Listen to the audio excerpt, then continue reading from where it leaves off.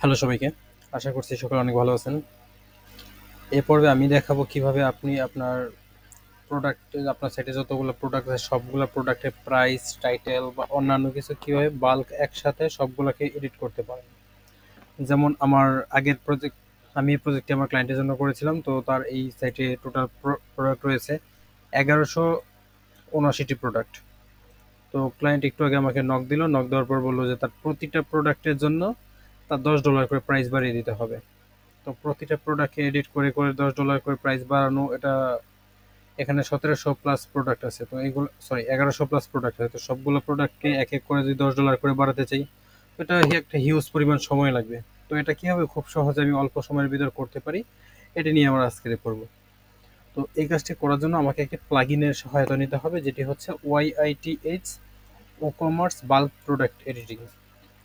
তো এই প্লাগইনটির মাধ্যমে আমরা খুব সহজে প্রোডাক্টটিকে বাল্ক এডিট করতে পারি। তাই আমি প্রথম ওকমার্সের সেটিংয়ে ওয়ার্ডপ্রেস ড্যাশবোর্ড থেকে প্রোডাক্টের আমি এই প্লাগইনটিকে ইনস্টল করে নেব। তো এই প্লাগইনটি আমি অলরেডি এর মধ্যে ইনস্টল করে নিয়েছি। ইনস্টল করার পর আমি এখন চলে যাব ওয়ার্ডপ্রেস থেকে, ওয়াইআইটিএস থেকে প্রোডাক্ট বাল্ক এডিটিং। যখন এখানে ক্লিক করব তখন আমি এই প্রোডাক্টের এই ইন্টারফেসটি পাবো। তো এখানে আমি প্রোডাক্টের বাল্ক এডিট করার অপশনগুলো মূলত পেয়ে যাব।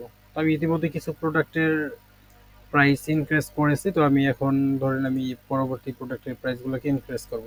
এখানে আপনি প্রাইস, আপনি অন্যান্য যত ডাটা লাগে আপনি সবগুলোকে বাল্ক এডিট করতে পারবেন। যেমন আমার যদি কোনো প্রোডাক্টের সার্চ করা লাগে, প্রোডাক্টকে আমি এখান থেকে সার্চ করতে পারবো। যদি আমি প্রোডাক্টের টাইটেলের মাধ্যমে সার্চ করি, তো এখান থেকে টাইটেলটি দিব, বা এখান থেকে টাইটেলে কোনো একটা স্পেসিফিক ওয়ার্ড দিয়েও আমি এটাকে সার্চ করতে পারবো। প্রোডাক্টের ডেসক্রিপশন দিয়ে ফিল্টার করে আমি প্রোডাক্টটাকে আইডেন্টিফাই করতে পারবো।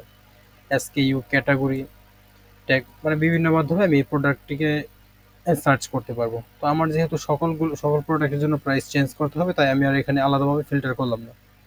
তো ক্লায়েন্ট আমাকে বলা হয়েছে যে সবগুলা প্রোডাক্টের মধ্যে তার প্রাইস $10 করে ইনক্রিজ করার জন্য। তো আমি এখান থেকে আমি সিলেক্ট করে নিলাম যে পার পেজে 100টা প্রোডাক্ট শো করবে। 100 দেওয়ার পর আমি এটাকে সেভ দিলাম। সেভ করার পর আমি এখানে আমার প্রতি পেজে 100 করে প্রোডাক্ট আমি একসাথে বাল্ক এডিট করব।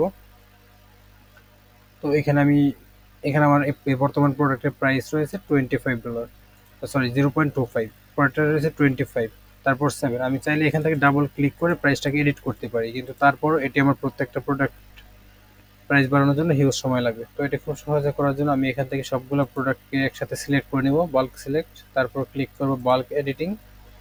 তারপর এখানে জেনারেল অপশন, এখান থেকে যদি আমি কোনো টাইটেল পরিবর্তন করতে চাই তাহলে এখানে আমি নতুন টাইটেল দিব, বা টাইটেলের আগে পরে কোনো কিছু অ্যাড করলে বা রিপ্লেস করার জন্য কোনো কিছু হলে আমি এখান থেকে সিলেক্ট করব। যদি ইউআরএল স্ল্যাগ পরিবর্তন করতে চাই, এটাও আমরা এখান থেকে করতে পারবো।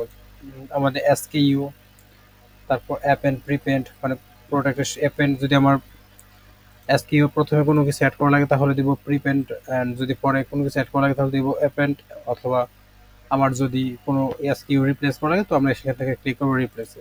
তো এইভাবে আমরা প্রতিটা প্রোডাক্টের জন্য ডাটা, এখান থেকে যে কোনো ডাটা আমরা চেঞ্জ করতে পারি। প্রয়োজনে আমরা ইমেজগুলোকেও চেঞ্জ করতে পারি। এখানে কোনো প্রোডাক্ট সিলেক্ট বা ডিলেট সব কিছু আমরা এখান থেকে করতে পারি। তো যেহেতু আমি এখানে প্রোডাক্টের প্রাইস এডিট করবো, তো যাবো প্রাইসিংয়ে।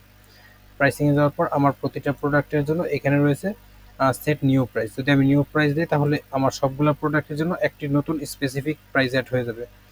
আমি যদি এখান থেকে ইনক্রিজ বাই ভ্যালু দিই, ধরুন আমাকে ক্লায়েন্ট বলেছে যে প্রতিটা প্রোডাক্টের জন্য $10 করে বৃদ্ধি করার জন্য। তো আমি এখানে ইনক্রিজ বাই ভ্যালুতে আমি যদি $10 দিয়ে দিই, আমার প্রত্যেকটা প্রোডাক্টের জন্য $10 করে বেড়ে যাবে। যদি ডিক্রিজ দিই তো সেক্ষেত্রে আমার প্রত্যেকটা প্রোডাক্টের জন্য $10 করে কমে যাবে।